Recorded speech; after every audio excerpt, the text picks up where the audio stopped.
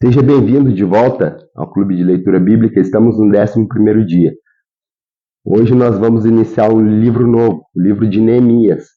Primeiramente nós iremos ler o livro de Gênesis no capítulo 12, iremos até Mateus no capítulo 11, retornaremos em Neemias no capítulo 1 e por fim finalizaremos em Atos dos Apóstolos no capítulo 11. Mas antes disso, deixe o teu curtir, o teu compartilhar e comente se você tiver alguma dúvida e sobre aquilo que você está achando sobre as nossas leituras. Hoje, iniciando em Gênesis no capítulo 12, nós vamos falar sobre a trajetória de Abrão, iniciando a trajetória de Abrão e como Deus promete que através dele todos os povos da terra seriam abençoados.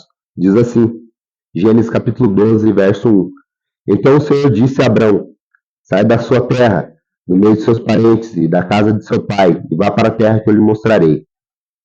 Farei de você um grande povo e o abençoarei. Tornarei o seu nome famoso e você será uma bênção. Abençoarei os que o abençoarem e amaldiçoarei os que o amaldiçoarem. E por meio de você, todos os povos da terra serão abençoados.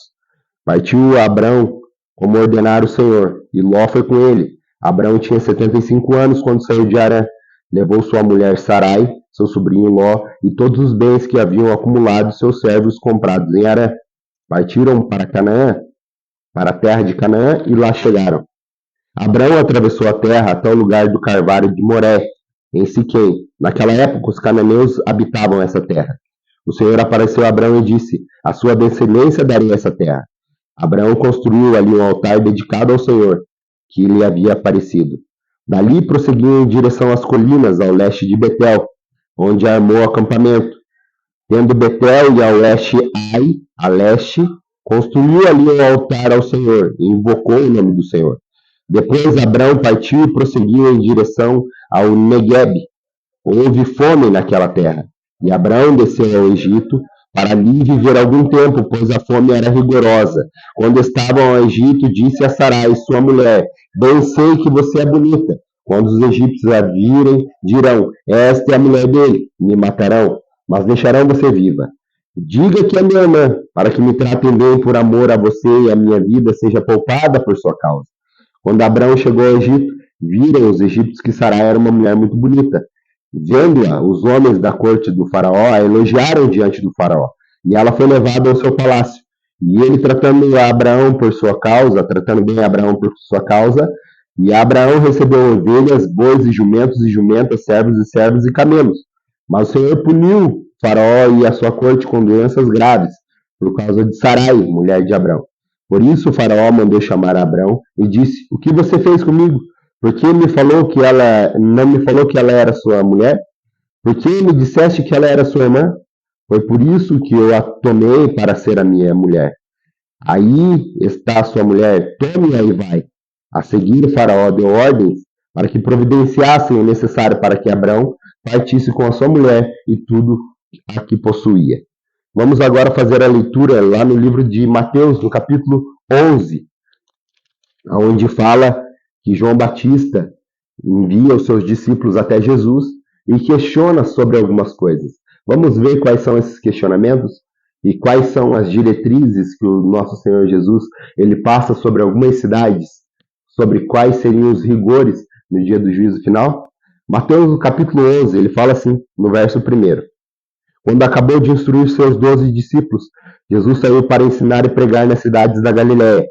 João, ao ouvir na prisão o que Cristo estava fazendo, enviou seus discípulos para perguntar-lhe, este é aquele que haveria de vir, ou devemos esperar por algum outro?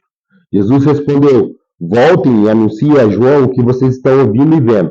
Os cegos veem, os aleijados andam, os leprosos são purificados, os surdos ouvem, os mortos são ressuscitados, e as boas novas são pregadas aos pobres.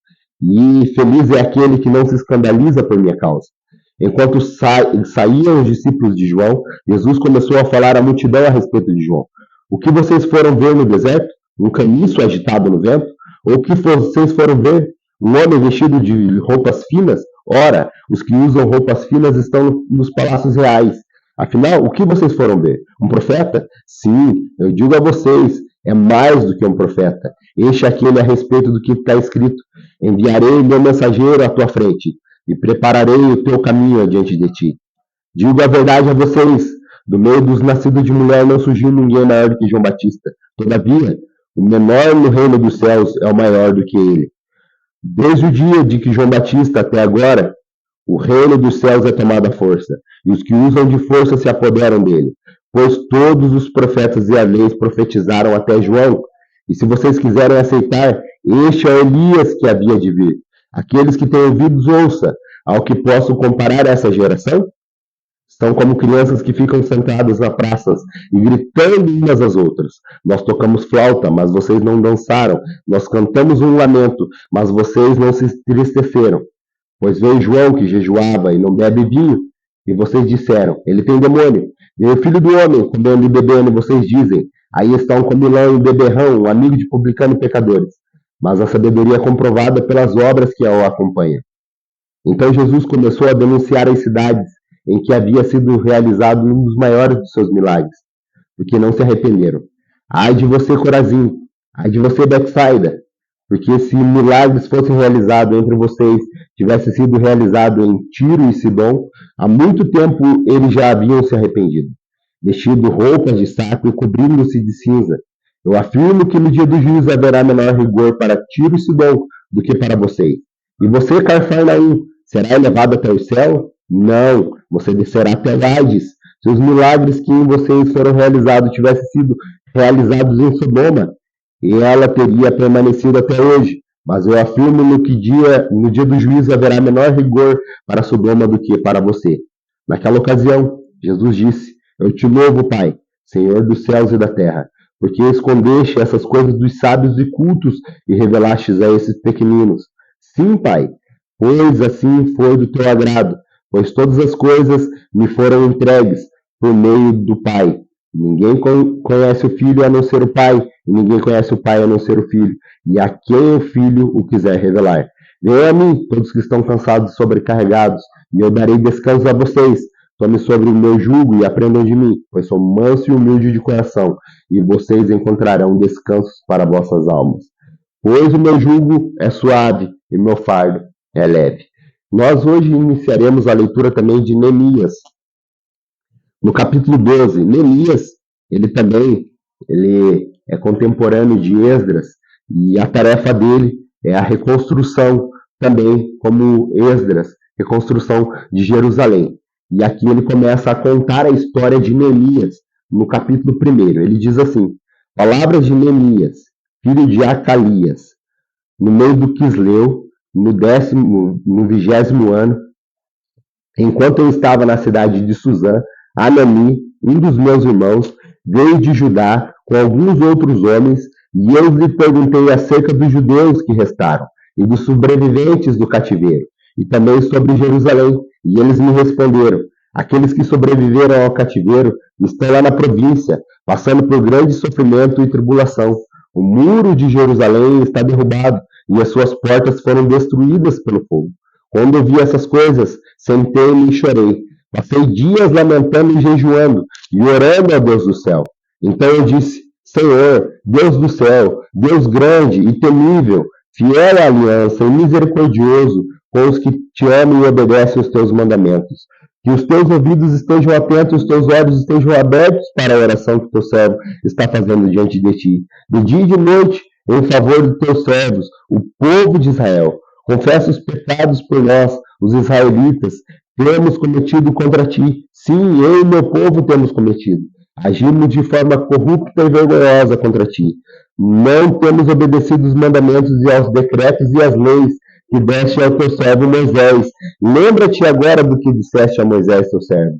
Se vocês forem fiel, eu os espalharei entre as nações. Mas se voltarem para mim, obedecerem os meus mandamentos e puserem em prática, mesmo que vocês estejam espalhados pelos lugares mais distantes, debaixo do céu, lá eu os reunirei e os trarei para o lugar que escolhi para estabelecer o meu nome. Estes são os teus servos, o teu povo. Tu resgataste com teu grande poder e com teu braço forte. Senhor, que os teus ouvidos estejam atentos e a oração deste teu servo, e a oração dos teus servos, que tem prazer em temer o teu nome. Faz com que hoje este teu servo seja bem sucedido, concedendo-lhe a benevolência deste homem. Naquela época, eu era o copeiro do rei. Vamos agora ao nosso último capítulo diário está lá no livro de Atos dos Apóstolos. Nós faremos a leitura do capítulo 11, verso 1. Após Pedro ele ter se reencontrado, ele ter encontrado Cornélio, amando do próprio Senhor, e na visão que Cornélio também teve, e o próprio Pedro também teve, quando o anjo fala com Cornélio e Pedro tem a visão dos lençóis, nós começamos agora no capítulo 11. Pedro ele se explica diante da igreja sobre esses fatos. E diz assim, Atos dos Apóstolos, no capítulo 11. Os apóstolos e os irmãos de toda a Judéia ouviram falar que os gentios também haviam recebido a palavra de Deus. Assim, quando Pedro subiu a Jerusalém, os que eram do partido dos circuncisos o criticavam, dizendo: você entrou na casa de homens incircuncisos e comeu com eles. Pedro então começou a explicar-lhes exatamente como tudo havia acontecido. Eu estava na cidade de Jope orando, caindo em êxtase, e tive uma visão. Vi algo parecido como um grande lençol sendo baixado do céu, preso por 4 pontas, e que vinha até o lugar onde eu estava. Olhei para dentro dele e notei que ali havia quadrúpedes da terra, animais selvagens, répteis e animais do céu. Então ouvi uma grande voz dizendo: levanta-se, Pedro, mate e coma. Então eu respondi: de modo nenhum, Senhor. Nunca entrou em minha boca algo imundo ou impuro. 3 vezes então falou isso e foi recolhido ao céu. Na mesma hora chegaram à casa em que eu estava hospedado 3 homens que haviam sido enviados da Cesareia. E o Espírito me disse: não se hesite em ir com eles. Estes 6 irmãos tinham aparecido em sua casa e disseram: mande buscar em Jope Simão Pedro. Então trará uma mensagem por meio da qual vocês serão salvos, você e toda a sua casa. Quando comecei a falar, o Espírito Santo desceu sobre eles, como sobre nós no princípio. Então me lembrei do que o Senhor tinha dito: João batizou com água, mas vocês serão batizados com o Espírito Santo. Pois Deus lhe deu o mesmo dom que nos tinha dado, quando cremos em Jesus Cristo. Quem era eu para pensar em se opor a meu Deus? Ouvindo-se isso, não apresentaram-se mais objeções e louvaram a Deus, dizendo: Deus concedeu arrependimento até para a vida dos gentios. Os que tinham sido dispersos por causa da perseguição desencadeada pela morte de Estevão chegaram até Fenícia, Chipre e Antioquia, anunciando a mensagem apenas aos judeus. Alguns deles, todavia, cipriotas e sirineus, foram a Antioquia e começaram a falar também aos gregos, contando-lhe as boas novas a respeito do nosso Senhor Jesus. As mãos do Senhor estavam sobre eles, e muitos creram e se converteram ao Senhor. Notícias desse fato chegaram aos ouvidos da igreja em Jerusalém, e eles enviaram a Barnabé e a Antioquia. Este estava ali e, vendo a graça de Deus, ficou alegre e animou-se e permaneceu fiel ao Senhor de todo o coração. Ele era um homem bom, cheio do Espírito Santo e de fé, e muitas pessoas foram acrescentadas ao Senhor. Então Barnabé foi a Tarso procurar Saulo, e quando o encontrou, levando para Antioquia, assim durante um ano inteiro, Barnabé e Saulo se reuniram com a igreja e ensinaram a muitos em Antioquia. Os discípulos foram pela primeira vez chamados de cristãos. Naqueles dias, alguns profetas desceram da cidade para Antioquia, e um deles era Ágabo. Ele levantou-se pelo Espírito e predisse que uma grande fome sobreviria sobre todo o mundo romano, e que aconteceu durante o reinado de Cláudio. Os discípulos, cada um segundo as suas possibilidades, decidiram providenciar ajudas para os irmãos que viviam na Judéia. E o fizeram, enviando oferta aos presbíteros pela mão de Barnabé e Saulo. Muito obrigado pela tua companhia, espero que a palavra tenha sido enriquecida no teu coração, e te aguardo amanhã para o 12º compromisso que você tem com as Sagradas Escrituras. Deixe teu compartilhar, deixe teu joinha e comente para que mais pessoas possam ser alcançadas pelo poder da palavra. Deus te abençoe.